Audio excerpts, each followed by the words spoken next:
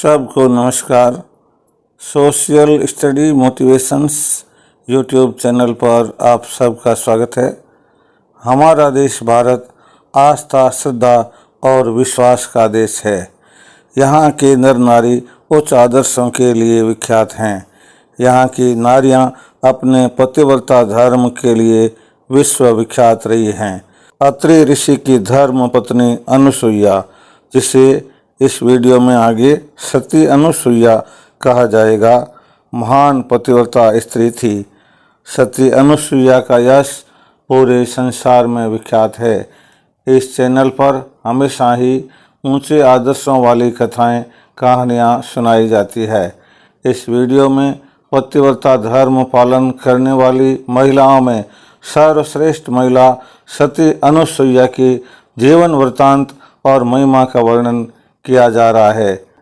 आपने यदि इस चैनल को अब तक सब्सक्राइब नहीं किया है तो सब्सक्राइब कर ले रहा हूँ। नीचे काले बटन पर जहां सब्सक्राइब शब्द लिखा है उसको अंगुली से टच करते ही सब्सक्राइब हो जाएगा एवं वहां पर आने के बाद घंटी के चिन्ह पर निशान को भी टच कर दें ताकि आपको इसी प्रकार की अच्छी से अच्छी कथाएं और कहानियां सबसे पहले मिल सकें। आइए कथा को प्रारंभ करते हैं। बोलिए सती अनुसुईया मात की जय। त्रेता युग की बात है।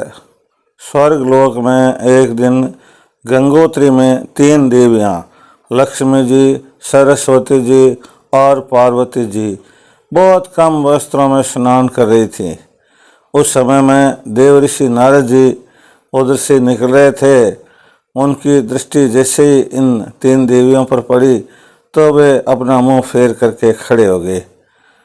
देवी सरस्वती ने जैसे ही किसी पुरुष के पैरों की आहट सुनी तो उन्होंने लक्ष्मी जी और पार्वती जी को किसी पुरुष के आगमन का संकेत किया। इस पर तीनों देवियों ने कंठ तक अपने आप को पानी में डुबो लिया और देखा तो उन्होंने पाया कि नारद जी एक तरफ मुंह किए हुए खड़े हैं। इसलिए वे झटपट तीनों पानी से बाहर निकली और अपने अपने वस्त्र बदले और उसके बाद में नारद जी से कहने लगी कि आपको शर्म नहीं आती है? जब आपने हमें देख ही लिया था तो आप खड़े होकर क्या सोच रहे थे? आपको चले जाना चाहिए था। नारद जी ने अपना मुँह उन तीनों देवियों की तरफ घुमाकर कहा, देवियों, आपसे कुछ कहने की अभिलाषा मेरे मन में है। इसलिए मैं खड़ा खड़ा सोच रहा था कि आप जैसे ही पानी से बाहर निकल करके वस्त्र बदल लेवें तो फिर मैं मेरे मन की बात आपको कहूँ। क्या सोच रहे थे? लक्ष्मी जी ने मजाक के स्वर में कहा। तो नारद जी बोले, आप तीनों माताएं तीनों लोगों की माताएं कहलाती है, फिर भी आप इतनी बड़ी गलती करती हैं। पार्वती जी तो नख कर बोले, क्या गलती की है हमने? हम तो स्नान नहीं कर रही थी, आपको कहाँ से हमारी गलती सूझ गई? नारद जी बोले, यही तो तुम्हारी भूल है। जब आप खुद अपनी गलती को एहसास नहीं कर रही हैं तो बताओ संसार के साधारण नर नारी अपनी गलती को कैसे मानेंगे? सरस्वती जी बोली, अरे छोड़ो बहन, इनका तो काम है इधर की उधर, उधर की इधर करना। चलो हम फिर जल क्रीड़ा करते हैं। नारद जी बोले, देवियों, आपके गंगोत्री में कम कपड़ों में स्नान करने से आप गंगोत्री के जल को अपवित्र कर रही हैं, क्योंकि गंगोत्री का जल संपूर्ण लोकों में जाता है और पूजा हवन के काम आता है। पार्वती जी बोले, हम तो इसी प्रकार से जल क्रीड़ा करेंगी, इसमें आपका क्या जाता है? चलो बहनों, देर किस बात की, हाँ हाँ चलो। तीनों बहनें फिर गंगोत्री की ओर चल पड़ी।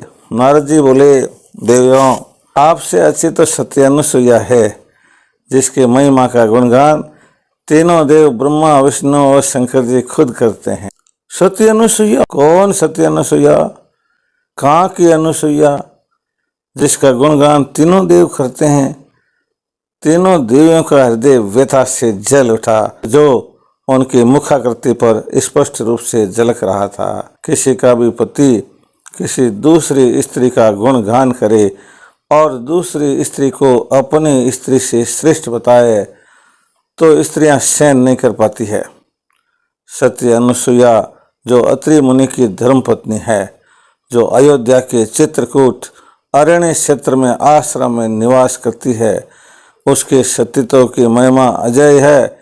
इस प्रकार नारद जी ने अनुसुईया का परिचय दिया और अपने धाम को प्रस्थान कर गए।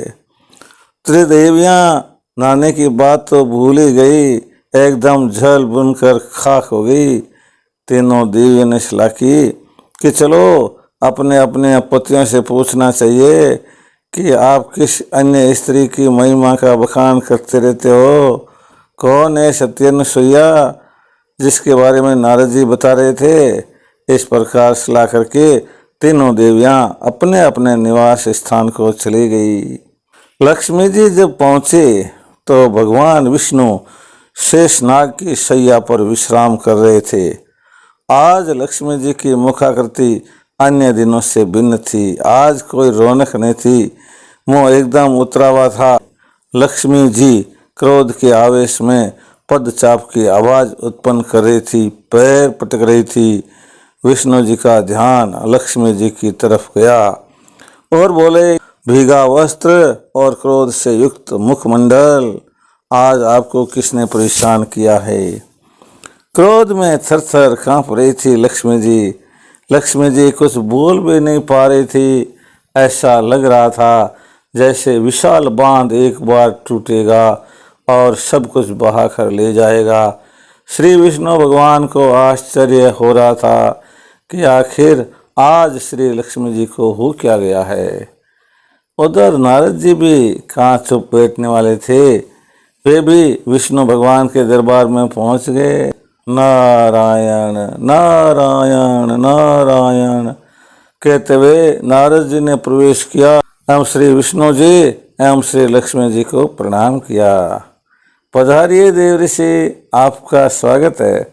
श्री विष्णु भगवान ने आसन ग्रहण करने के लिए संकेत किया तो नारद जी आसन पर विराजमान हो गए। नारद जी बोले, क्या बात है, आज मैं श्री लक्ष्मी जी को बहुत क्रोधित देख रहा हूँ। कारण तो मैं भी पूछ रहा हूँ देव ऋषि, लेकिन ये कुछ बोलती नहीं है। घर में आग लगाकर पूछ रहे हो, आग कैसे लगी। तुम्हारी उस लगाई हुई आग में जल रही हो और पूछते हो क्या हुआ। इतना कहकर लक्ष्मी जी रोने लगी। श्री विष्णु बोले, आखिर आज तुम्हें क्या हो गया है, क्या अंट संट बकती जा रही हो। श्री लक्ष्मी जी को रोती देखकर विष्णु जी भी मुश्किल में पड़ गए। नारद जी चुपचाप सुने जा रहे थे और देखे जा रहे थे। हृदय के भीतर कभी इन तीनों की नजरें बचाकर मुस्कुरा भी रहे थे। अच्छा देव ऋषि, छोड़िए इन्हें, पृथ्वी लोक के हालचाल बताइए, विष्णु भगवान ने नारद जी से पूछा। नारद जी बोले, यही कहने तो मैं आया हूँ भगवान। मृत्यु लोक में वर्षों से वर्षा नहीं हुई है। वहाँ के प्राणी मर मर कर स्वर्ग और नरक गमन कर रहे हैं। आप पालन करता होकर भी अपने कर्तव्य को भूल गए हैं। मैं भूला नहीं हूँ देव ऋषि, बल्कि चिंतित हूँ कि अत्रि मुनि घोर तपस्या में समाधिस्थ हैं। उनकी घोर तपस्या के कारण बादलों का जल ऊपर ही ऊपर सूख जाता है, तो उनकी तपस्या के कारण और जीव जंतु क्यों दुख भोग रहे हैं हे भगवान। नारद जी बोले।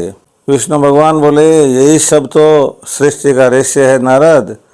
जब हमारी जीव प्रकृति नियम की अवहेलना कर सीमा से अधिक संतान पैदा करने लगते हैं और कहते हैं कि ये सब भगवान की देन है, तब रेशात्मक मृत्यु के द्वारा जनसंख्या पर रोक लगाने का विधान है। लेकिन काफ़ी समय से पानी का नहीं बरसना भी तो सृष्टि के नियम का उल्लंघन है, नारद जी ने पूछा।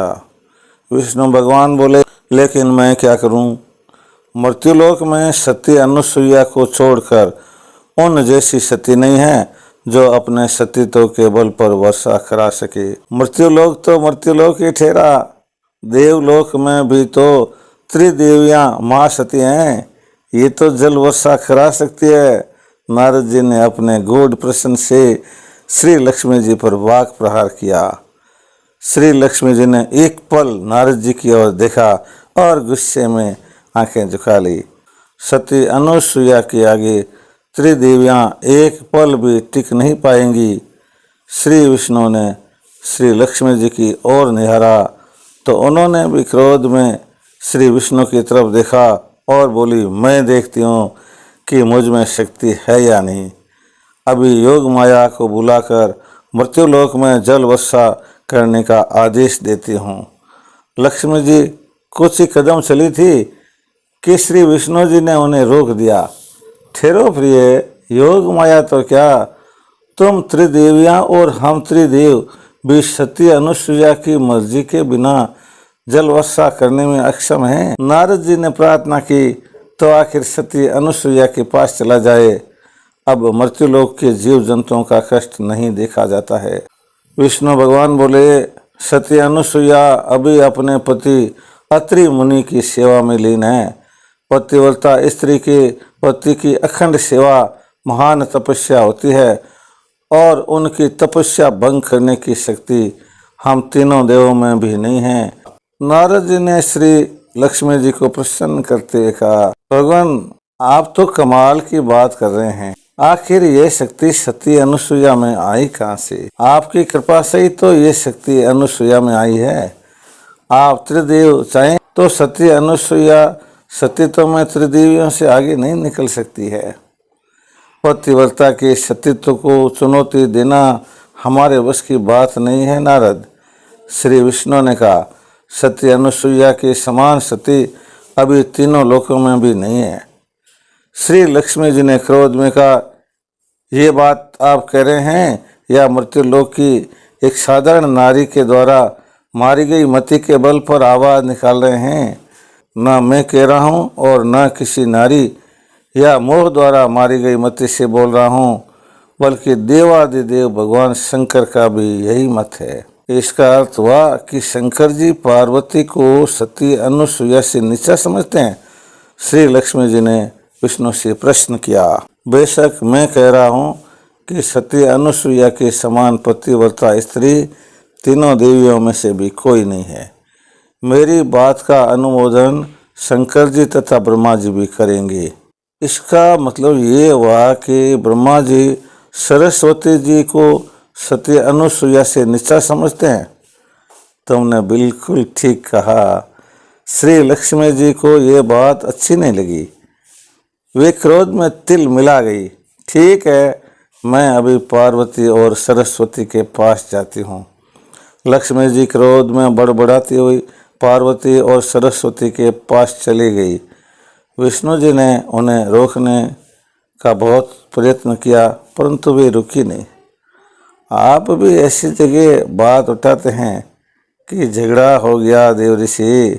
नारद जी बोले, अगर आपका मन सच्ची खबरें सुनने को तैयार नहीं तो मैं अब सच न बोलकर झूठ सुनाया करूँगा। देव ऋषि बोले, नहीं नहीं, ऐसा करने से तो सृष्टि का नाश हो जाएगा। अब ऐसी स्थिति पैदा हो गई है कि एक लीला की सृष्टि होकर ही रहेगी।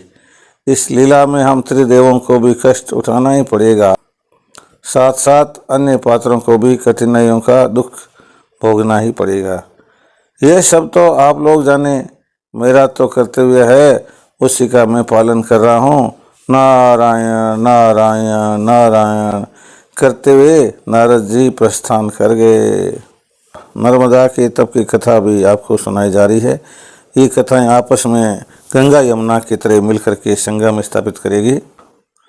वैश्यालय में एक युवक मायावती नाम की एक वेश्या के पास गिड़गिड़ा रहा था।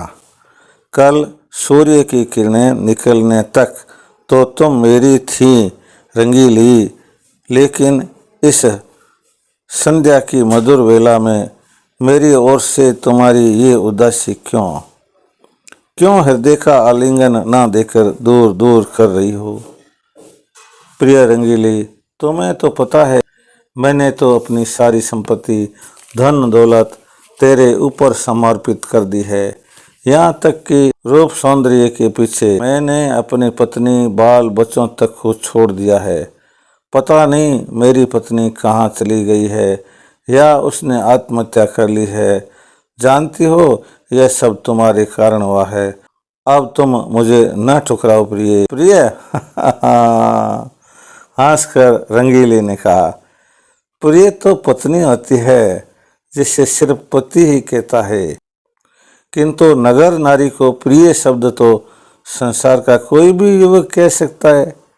नहीं प्रिय, तुम सिर्फ मेरी हो।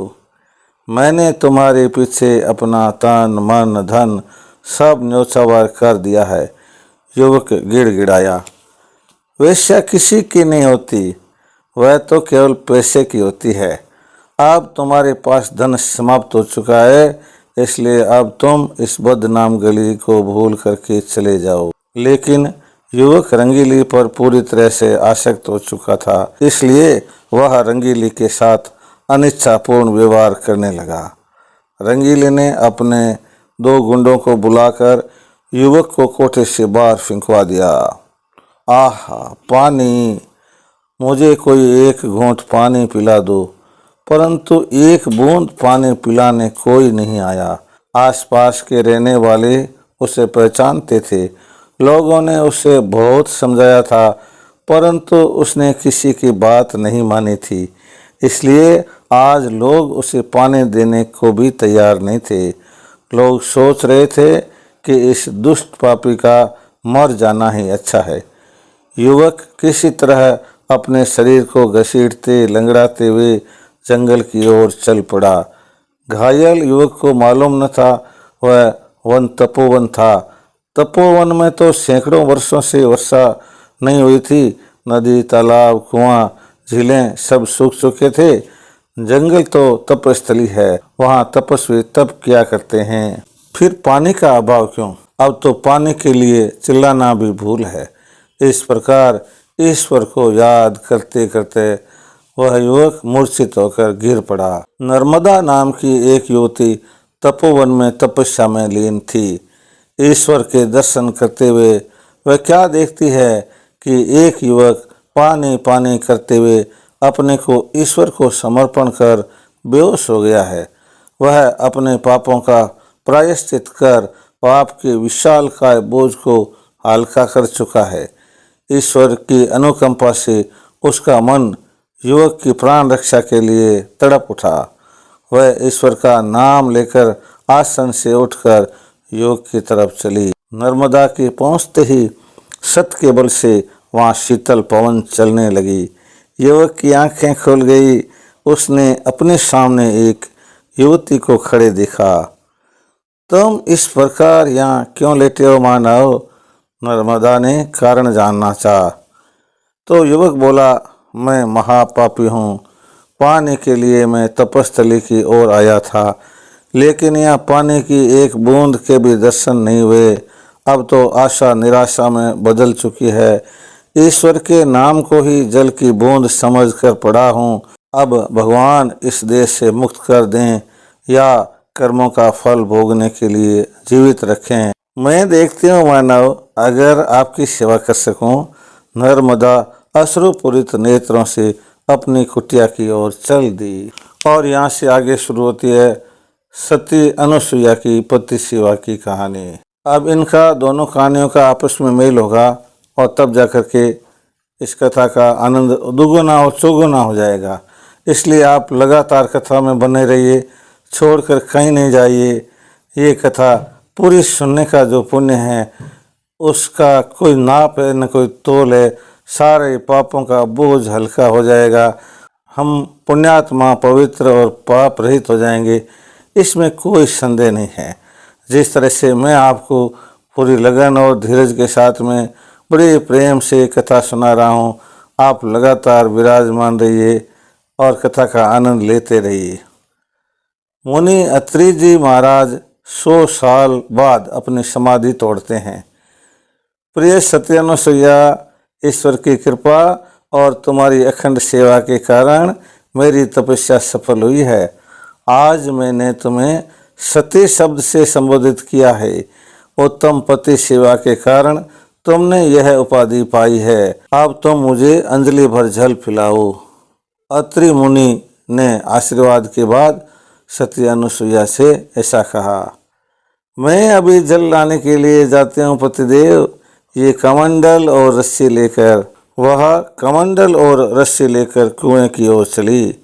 इधर पानी के लिए कमंडल लेकर नर्मदा भटक रही थी। देखिए दोनों कहानियाँ आपस में कैसे मिली है। गंगा यमुना का संगम कैसा हुआ है। रास्ते में सती अनुसुईया और नर्मदा की भेंट होती है। नर्मदा ने सती अनुसुईया से विनयपूर्ण प्रश्न किया, क्या आप रस्सी और कमंडल लेकर कुएं से पानी लेने जा रही है? मेरे पतिदेव आज बहुत दिनों बाद समाधि से सफलता प्राप्त कर उठे हैं और उन्होंने पानी पीने की इच्छा प्रकट की है, इसलिए मैं उनके लिए कुएं से पानी लेने जा रही हूँ। लेकिन आपने किस प्रयोजन से प्रश्न किया? इसलिए कि तपोवन में किसी भी जलाशय में पानी नहीं है। वर्षा बिना जलाशय भला कब तक लोगों की सेवा कर सकते हैं? मैं तुम्हारी बात समझी नहीं, सती अनुसुईया ने पूछा। तो नर्मदा बोली, आप इतने दिनों से कहाँ थी जो तपोवन के जलाशयों के बारे में आपको पता नहीं है? नर्मदा ने सती अनुसुईया से पूछा। 100 वर्षों से तपोवन की भूमि जल के बिना नीरस हो चुकी है, फिर भी तपोवन में तप के प्रभाव से पेड़ पौधे जीव जंतु जीवित हैं। नर्मदा ने तपोवन के बारे में सती अनुसुईया को जानकारी दी। आज मुझे जल की आवश्यकता है। अगर बिना जल लिए मैं पतिदेव के पास जाऊंगी तो पति सेवा में विखंडता आ जाएगी। मैं जल लेकर ही पतिदेव के पास जाऊंगी, नहीं तो देह त्याग दूंगी। बहन, मैं आपका परिचय जानना चाहती हूँ। इसी छोटी सी आयु में आपने किस प्रयोजन हेतु तपस्वियों का वेश धारण किया है? मैं इसी आर्यावर्त की पुत्री हूँ। मेरा नाम नर्मदा है। जन्म मरण के चक्र से आतंकित होकर मैं इस तपोवन में तप करने चली आई हूँ, जिससे इस दुर्गति से मुक्ति मिल जाए तथा स्वर्ग का सुख भोग सकूं। सती अनुसुईया बोली, पुत्री, मैं तुम्हारा धर्मानुराग देखकर अति प्रसन्न हुई हूँ। अभी मुझे पतिदेव के लिए पानी लेकर जाना है, इसलिए और विलंब नहीं करूँगी और बातें बाद में करूँगी। लेकिन मैं तो आपका परिचय नहीं जान पाई माता। मुझ अज्ञान से भूल हुई तो क्षमा करना। मैं भी जल के लिए भटक रही हूँ। लेकिन बात पूरी होने से पूर्व ही सती अनुसुईया बोली, भक्ति के बल पर भागीरथ स्वर्ग से गंगा जी को पृथ्वी पर लाए थे, वही प्रार्थना आज मैं भी करूँगी। देखूं ईश्वर विनती सुनते हैं या नहीं। फिर सती अनुसुईया कमलासन लगाकर बैठ गई और प्रार्थना की, हे माता गंगे, तुमने सदा से दुखियों का दुख दूर किया है। मर्त्युलोक के पापी प्राणियों के पापों को आपने अपने निर्मल जल से भस्म कर डाला है। माता, आज मैं विपत्ति में फंसी हुई हूँ। मेरे पतिदेव समाधि से उठे हैं, उन्हें पानी की आवश्यकता है। तपोवन तो जल रहित है। माँ गंगे, आज इस दुखिया की लाज बचा लो। मैं तो स्तुति करने की विधि भी नहीं जानती हूँ, फिर भी नारी जाति होकर संकट के समय तुम्हें याद कर रही हूँ। माता, कृपया मेरी लाज बचा लो। ऐसी विनती करके अनुसुईया पति के नाम का मानस जाप करने लगी। देखते ही देखते कुछ ही क्षणों में ध्यान मग्न बैठी सती अनुसुईया के समक्ष गंगा जी प्रकट हो गई।